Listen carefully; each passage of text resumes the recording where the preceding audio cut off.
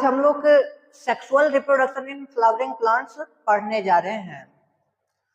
Sexual reproduction in flowering plants पढ़ने से पहले हम लोगों को कुछ बेसिक टर्म जानना होगा। कुछ बेसिक टर्म जैसे सेक्सुअल रिप्रोडक्शन क्या होता है, और सेक्सुअल रिप्रोडक्शन से भी पहले हमें जानना होगा कि रिप्रोडक्शन क्या होता है। रिप्रोडक्शन में दो टर्म है, एक री और दूसरा प्रोडक्शन। री मीन्स होता है अगेन एंड अगेन, बार बार, और प्रोडक्शन, प्रोडक्शन मीन्स कोई भी चीज को प्रोड्यूस करना। हम लोग बायोलॉजी पढ़ रहे हैं, रिप्रोडक्शन बायोलॉजी में पढ़ते हैं, तो बायोलॉजी होता है लाइफ से रिलेटेड। ओके, तो लाइफ से रिलेटेड मतलब क्या? Living things, living organism. तो यहाँ पे प्रोडक्शन किस चीज का होगा? Production of new organism, new organism का प्रोडक्शन होगा। ओके, तो रिप्रोडक्शन को सिंपली डिफाइन करना हो तो सिंपली बोल सकते हैं production of new organism is called reproduction in simple way. Okay, लेकिन न्यू ऑर्गेनिज्म का प्रोडक्शन कैसे होता है? और न्यू ऑर्गेनिज्म का production same type of new organism का ही प्रोडक्शन होगा। Same type of new organism का प्रोडक्शन मीन्स यदि डॉग है तो डॉग ऑलवेज प्रोड्यूस डॉग, जिसको हम लोग पपीज बोलते हैं। मतलब डॉग हमेशा पपीज को ही प्रोड्यूस करेगा। ओके, तो मतलब डॉग अपने जैसा न्यू ऑर्गेनिज्म को प्रोड्यूस कर रहा है। कैट, कैट हमेशा कैट को प्रोड्यूस करेगा, जिसको हम लोग किटेन बोलते हैं। ओके, मतलब अपने जैसा ऑर्गेनिज्म को प्रोड्यूस करेगा। ऐसा कभी नहीं होगा कि डॉग कैट को प्रोड्यूस कर दे, कैट एलिफेंट को प्रोड्यूस कर दे। होगा क्या ऐसा कभी? Never possible. ओके, हाँ, तो उसी तरह human, human always produce human babies. Sunflower seed always produce sunflower plant. Okay, यदि आपके पास मैंगो सीड है, मैंगो सीड हमेशा मैंगो प्लांट को ही प्रोड्यूस करेगा। ओके, तो production of new organism of same kind, same kind का होगा, मतलब एक जैसे ऑर्गेनिज्म ही प्रोड्यूस होगा फ्रॉम प्री एग्जिस्टिंग ऑर्गेनिज्म। कहां से प्रोड्यूस होगा? प्री एग्जिस्टिंग ऑर्गेनिज्म से। सपोज दैट कोई ऑर्गेनिज्म, कोई डॉग है ही नहीं, क्या न्यू डॉग प्रोड्यूस होगा? कभी नहीं पॉसिबल है। ओके, मतलब डॉग यदि प्रेजेंट है तो ही न्यू डॉग प्रोड्यूस होगा। तो जो प्री एग्जिस्टिंग ऑर्गेनिज्म होते हैं, प्री एग्जिस्टिंग ऑर्गेनिज्म से न्यू ऑर्गेनिज्म का प्रोडक्शन होता है। प्री एग्जिस्टिंग ऑर्गेनिज्म को पेरेंट्स बोला जाता है। Pre existing organism is called parents. और जो न्यू ऑर्गेनिज्म प्रोड्यूस होंगे, न्यू ऑर्गेनिज्म को हम लोग बोलेंगे इंडिविजुअल, या फिर इसी को ऑफ स्प्रिंग बोल सकते हैं। और इंडिविजुअल और ऑफ स्प्रिंग को प्रोजेनी भी बोला जाता है। जेनेटिक्स में हम लोग ज्यादातर प्रोजेनिक टर्म का ही यूज करते हैं। ओके, तो pre existing organism are called parents and new organism are called offspring और इंडिविजुअल और प्रोजेनी। ओके, तो इस तरह हम लोग रिप्रोडक्शन के बेसिक चीजें जाने। ओके, और डेफिनेशन जाने। अब आइए, अब हम लोग देखते हैं कि आखिर रिप्रोडक्शन क्यों जरूरी है। दुनिया में सभी चीजें कुछ ना कुछ पर्पज से होता है, किसी न किसी रीजन से होता है। जैसे हम लोग खाना खाते हैं तो खाना खाने के पीछे भी रीजन है। यदि हम लोग खाएंगे नहीं तो जिंदा नहीं रह पाएंगे। एक्सक्रीशन करते हैं, रेस्पिरेशन करते हैं, जितने भी लाइफ प्रोसेस करते हैं सभी हमारे लाइफ को मेंटेन करने के लिए जरूरी है, इसलिए हम लोग लाइफ प्रोसेस करते हैं। क्या रिप्रोडक्शन यदि हम लोग ना करें तो क्या हम लोग मर जाएंगे? क्या रिप्रोडक्शन के बिना लाइफ सरवाइव नहीं कर पाएगा? ऐसा तो है नहीं। कोई यदि रिप्रोडक्शन ना करे तो मरेगा नहीं। ओके, जिंदा ही रहेगा। फिर रिप्रोडक्शन क्यों जरूरी है? रिप्रोडक्शन इसलिए जरूरी है क्योंकि जितने भी लिविंग ऑर्गेनिज्म है, सभी लिविंग ऑर्गेनिज्म छोटे होते हैं। पहले तो छोटे हुए, फिर छोटे से यंग होते हैं, यंग होने के बाद एक दिन बूढ़े हो जाते हैं, ऑल लिविंग ऑर्गेनिज्म। और बूढ़े होने के बाद एक दिन ऐसा आता है कि लिविंग ऑर्गेनिज्म मर जाते हैं। ओके, तो all living organism will die after old. तो सपोज दैट यदि 4 लिविंग ऑर्गेनिज्म है और इससे न्यू लिविंग ऑर्गेनिज्म का प्रोडक्शन ना हो तो क्या होगा? तो ये लिविंग ऑर्गेनिज्म क्या होगा? छोटे से बड़े, बड़े से यंग, यंग से ओल्ड, फिर एक दिन आएगा कि मर जाएगा, ये मर गया, फिर दूसरा ये भी मर जाएगा, फिर तीसरा, फिर चौथा। एक दिन ऐसा आएगा कि all living organism will die, एक भी लिविंग ऑर्गेनिज्म नहीं बचेगा। जब एक भी लिविंग ऑर्गेनिज्म नहीं बचेगा तो फिर अर्थ कैसे रहेगा? ओके, तो सभी लिविंग ऑर्गेनिज्म, जितने भी लिविंग ऑर्गेनिज्म होते हैं, सभी लिविंग ऑर्गेनिज्म अपने स्पेसीज को बरकरार रखना चाहता है अर्थ पे, अपने स्पेसीज को बरकरार रखना चाहता है। मीन्स यदि डॉग है तो डॉग चाहेगा कि अर्थ पर डॉग बरकरार रहे। ओके, कैट है तो कैट चाहेगा कि अर्थ पर कैट्स का नंबर ज्यादा हो। ओके, ताकि कैट्स को डॉग न मार सके। टाइगर है, टाइगर क्या चाहता है कि अर्थ पर टाइगर ज्यादा हो। ओके, ताकि उस पे लायन कुछ ना कर सके। छोड़िए ये सारे एग्जांपल, आप लोग ह्यूमन सोसाइटी में ही देख लीजिए। हिंदू सोचते हैं कि हिंदू की जनसंख्या ज्यादा हो, हिंदू का पॉपुलेशन ज्यादा हो।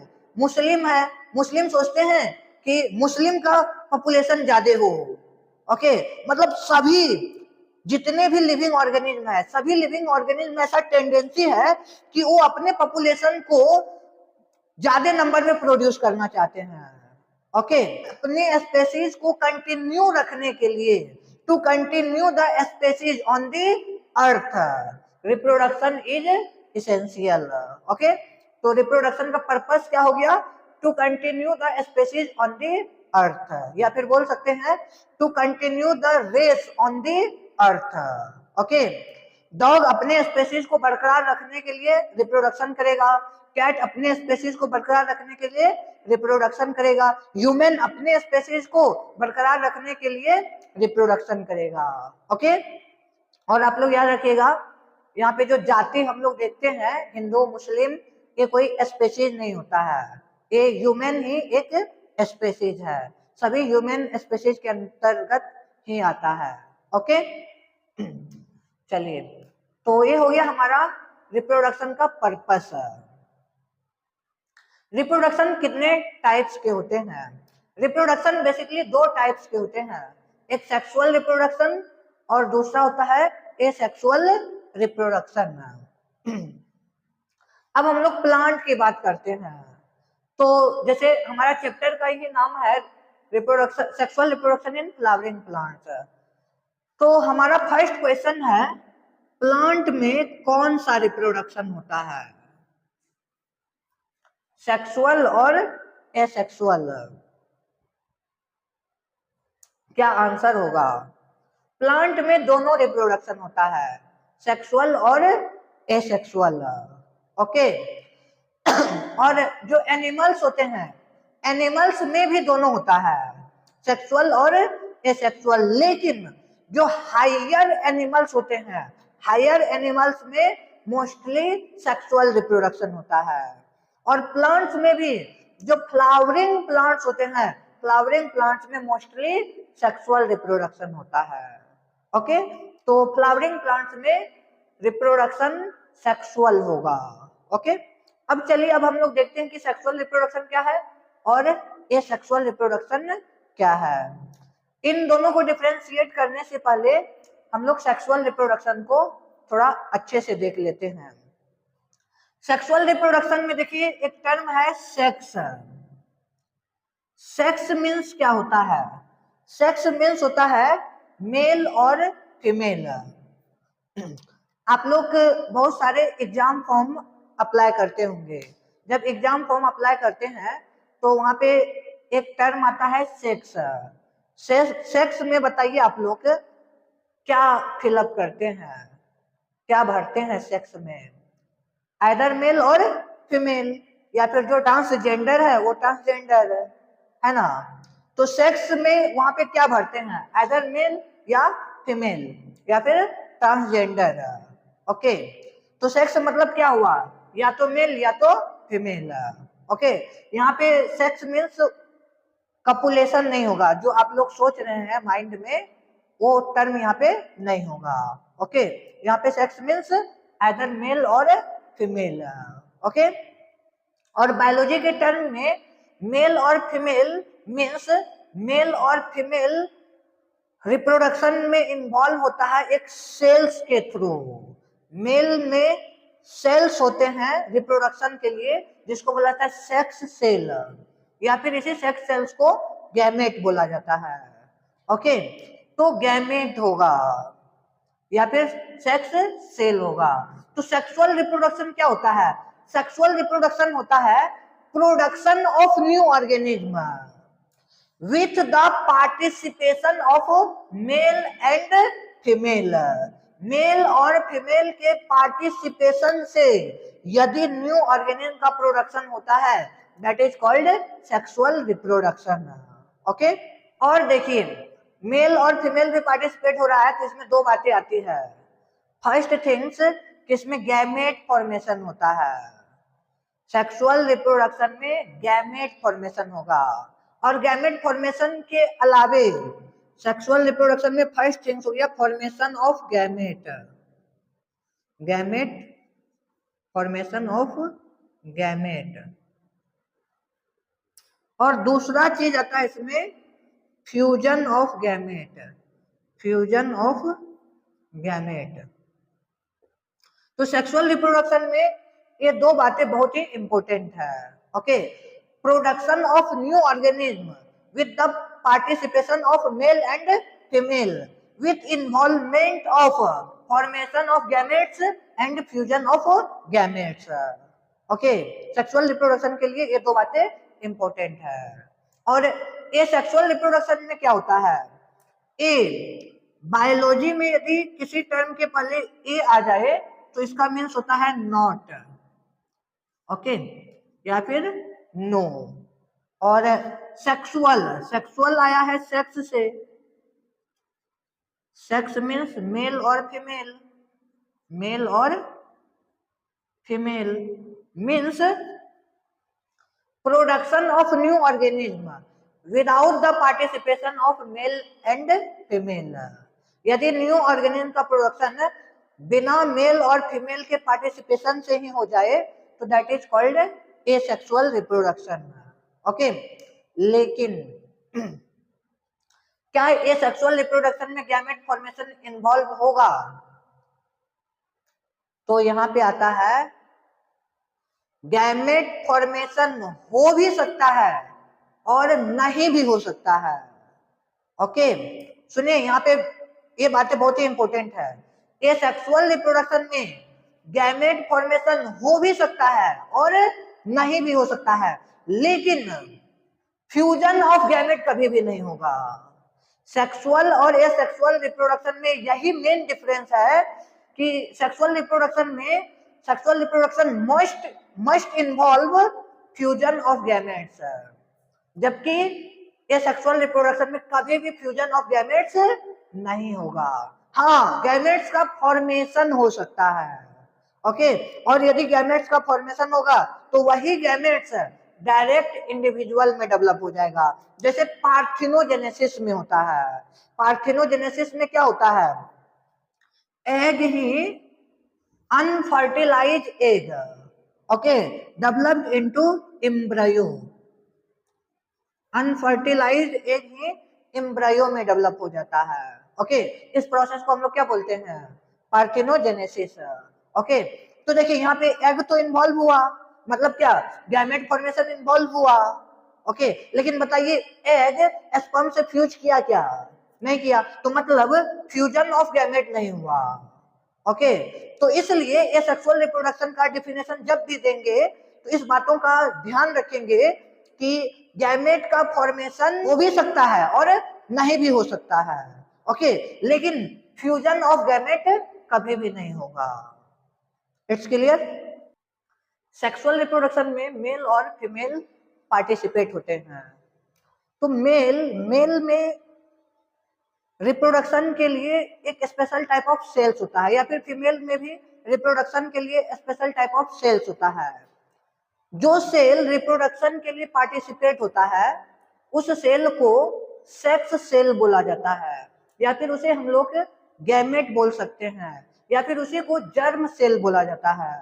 ये सभी टर्म सेक्स सेल के लिए ही यूज होता है। ओके, इसमें से ज्यादातर यूज होने वाला टर्म है गैमेट।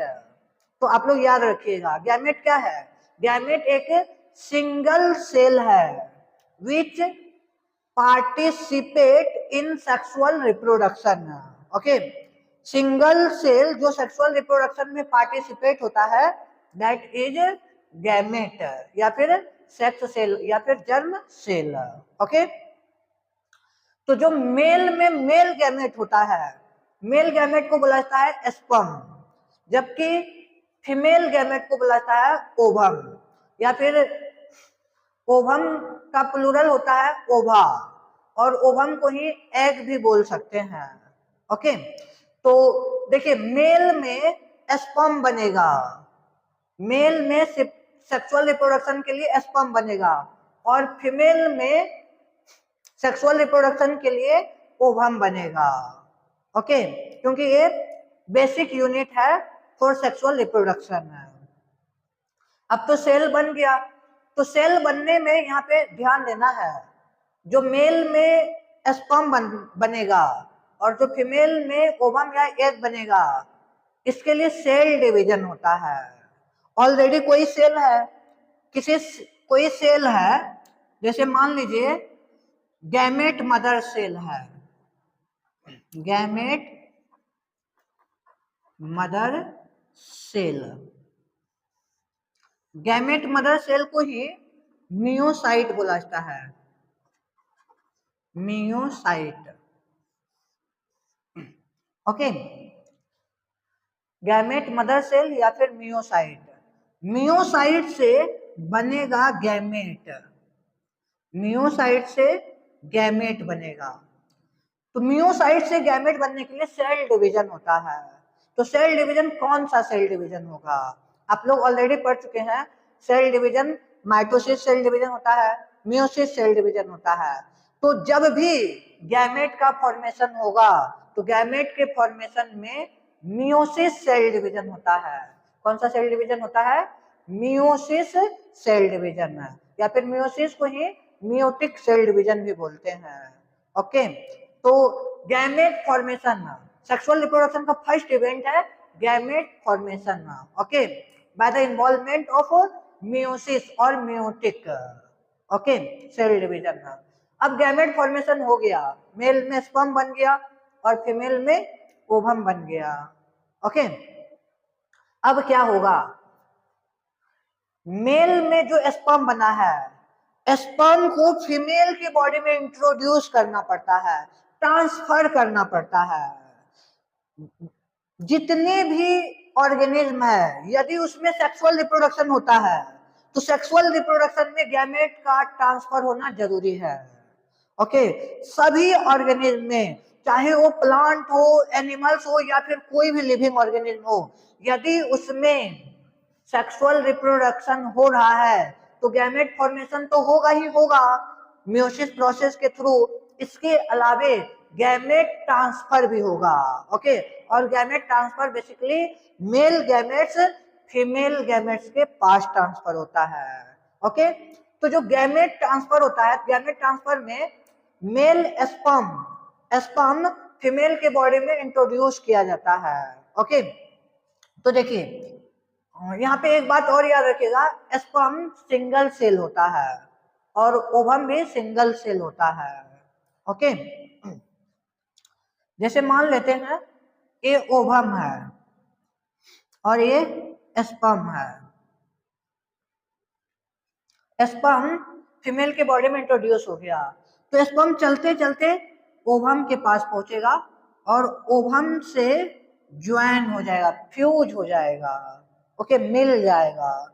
तो स्पर्म यदि ओवम से फ्यूज होता है, मिलता है, तो इस प्रोसेस को बोलते हैं fertilisation. Okay, what is fertilisation?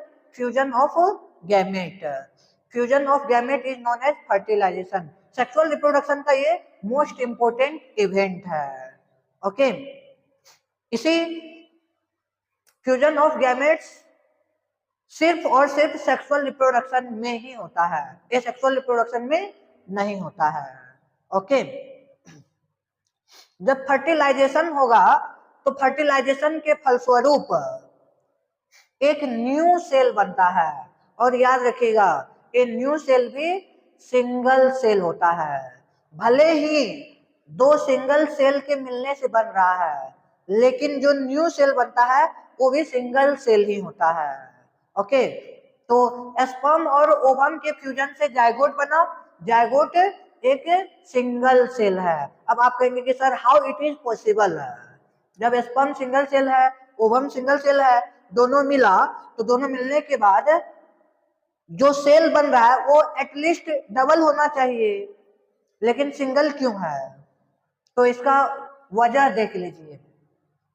जो स्पर्म होते हैं ओवम में जब इंटर होता है, तो ओवम में इंटर करने के बाद इसका न्यूक्लियस, स्पर्म का न्यूक्लियस और ओवम का न्यूक्लियस दोनों मिल जाता है, और मिल करके एक सिंगल न्यूक्लियस बना लेता है।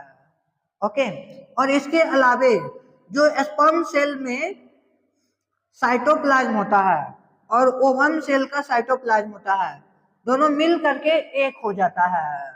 ओके, तो मतलब कुछ भी अलग नहीं रहा, न्यूक्लियस भी दोनों का मिल गया और साइटोप्लाज्म भी दोनों का मिल गया।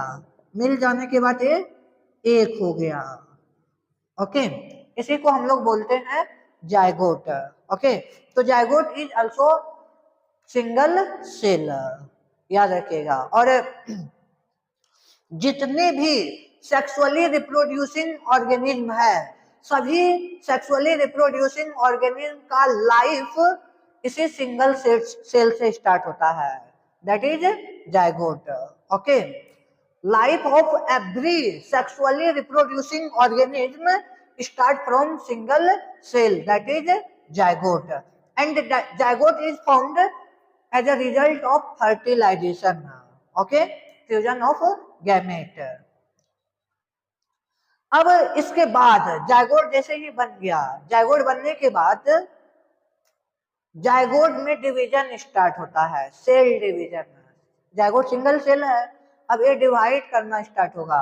जायगोट डिवाइड करके दो सेल बनाएगा, फिर दो सेल से चार सेल बनेगा, फिर चार सेल से 8 सेल, ऐसे कर कर करके ग्रुप ऑफ सेल्स बनाएगा, mass of cells. Okay, this mass of cells is known as embryo. इस मास ऑफ सेल्स को हम लोग क्या कहेंगे? एम्ब्रायो। ओके, यहाँ पे एक बात का ध्यान देना है, जायगोट में जो सेल डिवीजन होगा दैट इज माइटोसिस। कौन सा सेल डिवीजन होगा? माइटोसिस सेल डिवीजन होगा। Okay, no meiosis. Okay, mitosis या फिर माइटोटिक।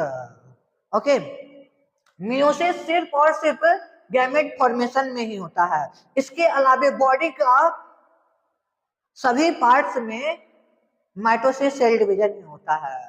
ओके, तो माइटोसिस सेल डिवीजन के थ्रू एम्ब्रायो बन जाएगा।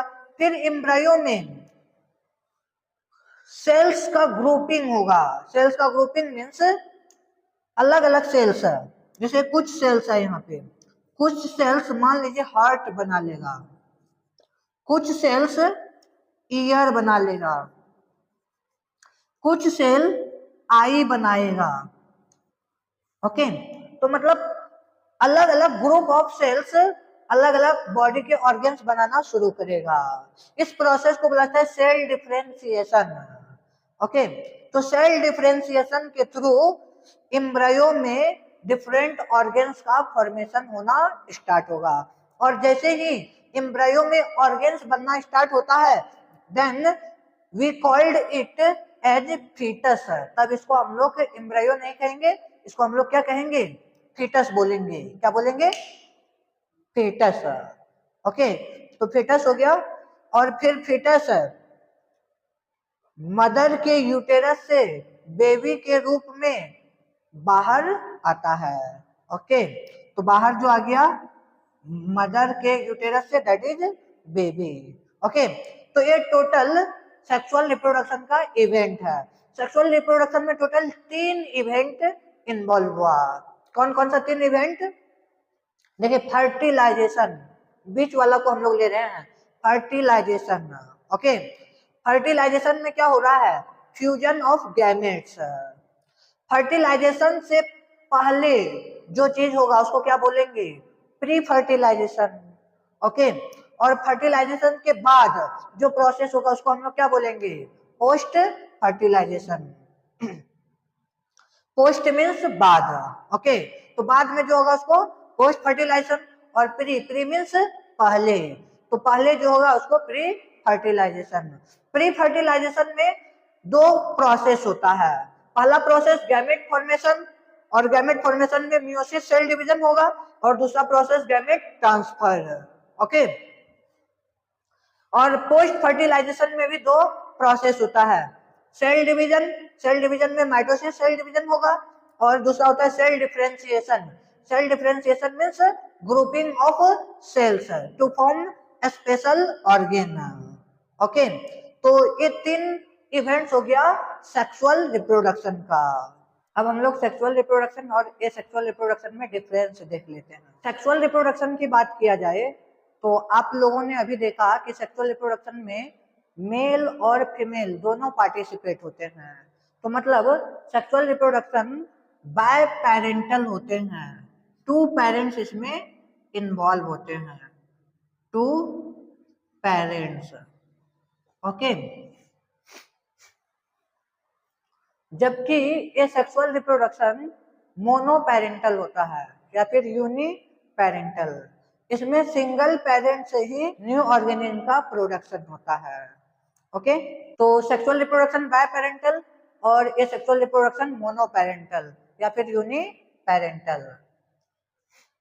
सेक्सुअल रिप्रोडक्शन में गैमेट फॉर्मेशन होता है।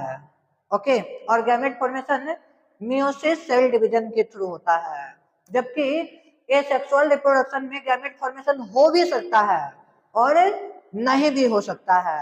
जैसे पार्थिनोजेनेसिस, पार्थिनोजेनेसिस ये सेक्सुअल रिप्रोडक्शन है लेकिन उसमें गैमेट फॉर्मेशन होता है। ओके, थर्ड डिफरेंस देखिए, सेक्सुअल रिप्रोडक्शन में फ्यूजन ऑफ गैमेट नेसेसरी है, मतलब गैमेट्स का फ्यूजन होगा ही होगा, जबकि एसेक्सुअल रिप्रोडक्शन में फ्यूजन ऑफ गैमेट नहीं होता है। जब फ्यूजन ऑफ गैमेट होता है सेक्सुअल रिप्रोडक्शन में तो मतलब 2 पेरेंट्स इन्वॉल्व हो रहे हैं, तो मतलब 2 पेरेंट्स के सेल मिल करके एक न्यू सेल बना रहा है, जायगोट न्यू सेल है, तो मतलब यहाँ पे वेरिएशन होने की संभावना है। ओके, क्योंकि 2 सेल मिल रहा है, तो sexual reproduction cause variation, sexual reproduction में वेरिएशन होगा। क्यों वेरिएशन होगा?